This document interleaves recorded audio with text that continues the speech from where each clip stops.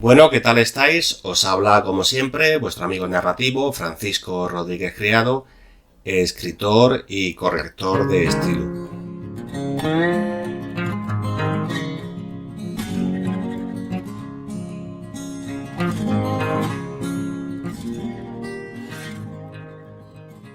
Buenos días, buenas tardes, buenas noches, dependiendo del sitio en el que os encontréis.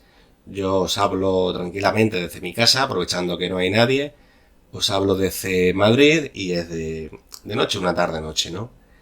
Quería compartir con vosotros, como siempre, algo que yo considero que puede ser de interés, aunque en este caso pues simplemente sea una experiencia personal de cómo me convertí en corrector de textos.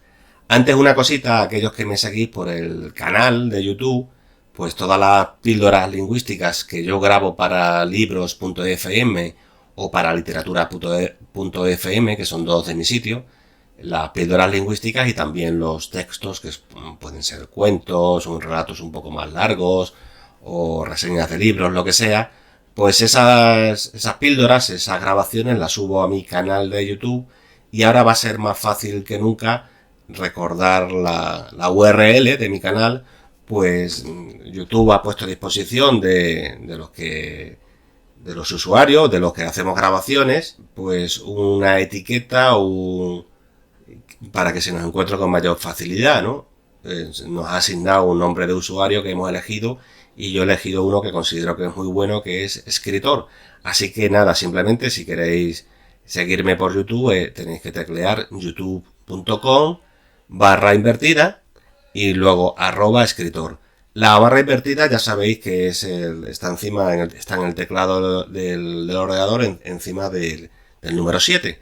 Así que sería youtube.com/invertida @escritor. Vale, ya que os he dado este apunte de esta pequeña novedad, que para yo la considero que es muy importante, porque a veces cuando me preguntan cuál es mi canal, pues a veces la URL no la recuerdo, ya yo creo que tampoco se me va a olvidar nunca, y si no se me va a olvidar a mí, pues menos tampoco a vosotros, ¿no? Entonces quería contaros cómo fue mi experiencia, cómo me hice corrector de textos. Anticipo que no es una cosa novelesca, que haya habido ahí pues no sé, algo que os vaya a entusiasmar o que pueda ser leído como un relato con grandes peripecias, pero bueno, me apetece compartirlo. Todo es real y es una pequeña historia de mi vida que yo considero importante, ¿no? Ya sé que de igual manera que para llevar el coche al taller de automóviles no necesitamos saber cómo llegó nuestro mecánico a ejercer esa profesión, pues tampoco un cliente, una persona que necesite que le hagan una corrección de un texto, pues ese cliente tampoco va a necesitar saber cómo el profesional que va a mimar sus textos, o si ya los mima, si ya tiene un corrector en concreto con el que trabaja habitualmente, pues cómo llegó a convertirse en corrector de estilo, ¿no? Lo sé, pero esta mañana me he despertado recordando mis primeros pasos como corrector de textos. Me dije que en cuanto pudiera compartiría esa transición profesional y personal con vosotros. Y bueno, nunca viene mal poner una nota autobiográfica de vez en cuando, ¿no? A veces otras cosas que comparto sobre el lenguaje son técnicas y aquí en este caso no es un apunte sobre el lenguaje, sino simplemente es una experiencia personal, ¿no? Es una pequeñísima historia de vasos comunicantes, de esos vasos comunicantes que se dan en la vida de cualquier persona, ¿no? Todo comenzó en 2004 cuando me ofrecieron impartir un taller de escritura creativa en Alburquerque, en Badajoz, en un proyecto de la red de talleres literarios de Extremadura que financiaba la Junta de Extremadura. Yo luego impartiría otro en Jarandilla por una beca que recibí como escritor y otros más en Madrid con Universidad 2015, pero como digo, el germen de lo que acabaría siendo mi profesión de corrector debo situarlo en Alburquerque, en Badajoz. Yo soy de Cáceres, ¿no? Cada curso constaba de 10 clases, una por semana. Yo compartía con los miembros del taller ciertas nociones que venían a ser básicamente técnica de escritura y análisis de textos de autores destacados en el género, y ellos tenían que redactar un escrito que me entregaban en la clase siguiente, textos que yo, por supuesto, debería corregir en casa, ¿no?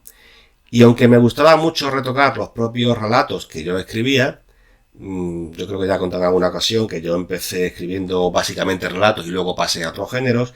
De la fecha en la que estoy hablando, yo ya había publicado los libros de relatos Sopa de Pescado, que lo publiqué en 2001 en la editora regional de Extremadura, y 7 minutos, que lo publiqué, si no me equivoco, en 2003 o 2004, y lo publiqué con una editorial que estaba hermanada con una revista de Palma Mallorca, de la Bolsa de Pipas, ¿no?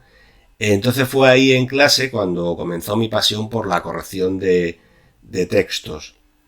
Ya fueran textos redactados en papel, ya fuera en procesador de textos, yo me afanaba en mejorar la calidad formal y en ofrecer algunas alternativas para elevar el nivel de los contenidos de esos textos, que solían ser relatos cortos, prosa poética o incluso poemas, ¿no?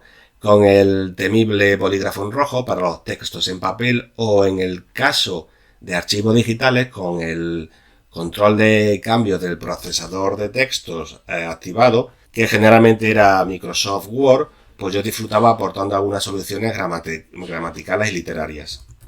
Fue una época muy significativa para mí. Recuerdo con mucho agrado aquellos viajes desde Cáceres, donde yo residía, hasta Albuquerque, montado en mi coche, disfrutando desde la carretera de hermosos parajes que comenzaban a recibir una capa dorada conforme declinaba el sol. Eran unas estampas muy bonitas ahí en el horizonte, ¿no?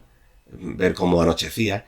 Y luego, 3 horas después, pues el regreso a casa ya de noche, en esa silenciosa noche sin tráfico, algo que yo agradecía porque a esa hora, aproximadamente a las 9:30 o las 10 de la noche, desde Albuquerque a Cáceres, pues no había nada de tráfico. Yo disfrutaba mucho ese viaje y venía mentalmente repasando cómo había ido la clase. Ese es un taller en Albuquerque que yo impartí durante 7 años, y mientras tanto pues corregía o solventaba las dudas lingüísticas de amigos y conocidos, sin plantearme entonces vivir de la corrección de textos. Yo, como tantos, quería ser escritor, vivir de la literatura, ganar el premio Nobel de literatura, ascender al Olimpo de los dioses, destinado a un selecto y pequeño grupo de escritores. Ya sabéis, ¿no? Pero la realidad es tozuda, y ser escritor profesional era y es, entre otras cosas, una lotería, a veces amañada y otras veces meritoria, ¿no? No vamos a decir que todos los que están arriba han llegado por caminos arteros, ¿no? Muchos se lo merecen. Para ganarse la vida yo hacía trabajos trimestrales de todo tipo, que en la mayoría de los casos nada tenían que ver con la literatura. Si acaso lo más literario, por llamarlo de alguna manera, es, bueno, estuve ayudando en la librería de un amiguete, ¿no? Pero eso diríamos, tampoco que fuera un asunto estrictamente literario, pero bueno, al fin y al cabo estaba rodeado de libros y hablaba con los clientes de libros, ¿no? Con el paso del tiempo, algunos amigos y conocidos contactaban conmigo, seguían contactando conmigo para que les corrigiera algún texto breve, eran cosas muy puntuales. Pero en una ocasión, una empresa de informática en la que trabajaba un buen amigo mío me pidió que revisara unos textos que ya tenían publicados en su web, y aquí, por supuesto, ya cobré por mi trabajo, ¿no? Recuerdo que cuando fui a la oficina de Hacienda, de manera presencial, a dar cuenta de ese ingreso por mi trabajo de corrección de estilo, la señora que me atendió se bajó un poco las gafas y me dirigió una mirada inquisitiva. ¿Corrector de estilo? ¿Qué es eso?, me pregunto. Puede que ahora muchos puedan responder a esta pregunta sin necesidad de consultar un buscador en internet, pero cuando yo hice ese primer trabajo profesional, los correctores de estilo no estaban tan en boga como ahora. Hoy día hay muchos correctores freelance, escuelas de formación, empresas, pero por entonces era una profesión muy poco demandada y, por tanto, muy poco conocida. Esto se notaba tristemente en las publicaciones de libros, que en muchos casos salían al mercado sin ser revisados por un experto en el lenguaje. Y teniendo en cuenta que ya empezaban a proliferar las autoediciones, es decir, que cualquier persona que quisiera hacer una inversión se podía publicar su libro, pues os podéis imaginar, ¿no? Muchas veces esos libros veían la luz sin pasar por una mínima corrección por parte del editor o de un corrector externo.